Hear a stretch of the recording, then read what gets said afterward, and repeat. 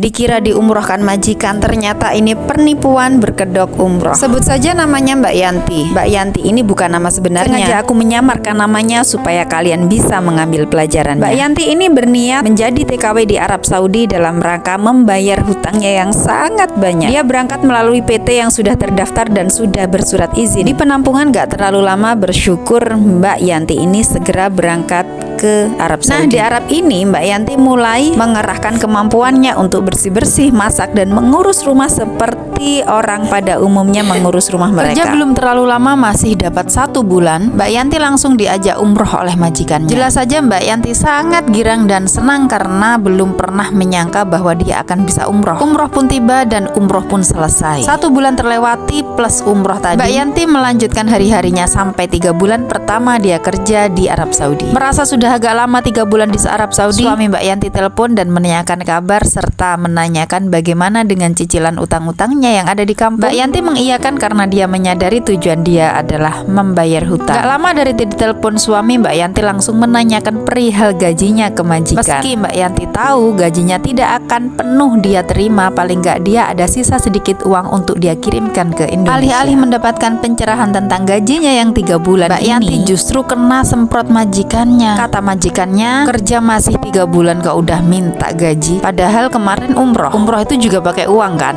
Ternyata majikan Mbak Yanti ini menjelaskan bahwa kemarin Mbak Yanti umroh itu dibayar Mbak Yanti sendiri dengan potong gaji. Gaji yang dipotong ini juga nggak tanggung-tanggung. 7 bulan pertama jadi Mbak Yanti bersih nggak nerima gaji sama sekali. Sedangkan ini tidak ada di perjanjian sebelumnya karena Mbak Yanti juga nggak pernah minta umroh. Setahu Mbak Yanti dia diajak umroh dan diumrohkan majikan, itu aja. Kalau tahu gini ternyata Mbak Yanti nggak akan berangkat umroh. Mbak Yanti menyesal dan bingung mau menyalahkan siapa karena dia di situ juga orang baru. Mbak Yanti minta maaf ke suaminya dan meminta suaminya untuk mencicil hutang-hutang Mbak Yanti ini dulu. Benar saja setelah 7 bulan dia kerja di Arab Saudi, Mbak Yanti ini langsung transfer uangnya ke suami. Tapi nggak semudah itu. Harus melewati masa yang panjang dan juga keberanian bahwa Mbak Yanti ini benar-benar butuh uang untuk buat bayar hutang. Kontrak 2 tahun habis, pada akhirnya Mbak Yanti pulang tapi uangnya nggak banyak. Karena ternyata uang sebagian besar hanya untuk umroh di awal tadi. Sebagian sudah dikirimkan ke suami dan Mbak Yanti hanya pegang sedikit untuk bekal bawa pulang. Setelah menjadi TKW di Arab Saudi ini, Mbak Yanti belajar bahwa menjadi seorang TKW tidak semudah teori dan Mbak Yanti sadar bahwa kehadirannya di rumah jauh lebih dibutuhkan daripada dia di Arab Saudi. Dan sejak itu juga Mbak Yanti benar-benar pinter memanage uang untuk tidak pernah berani hutang lagi kecuali sangat mepet. Dari cerita ini semoga kita dapat mengambil pelajaran baik-baik, membuang yang buruk, dan semoga kita bisa pandai-pandai mengambil putusan.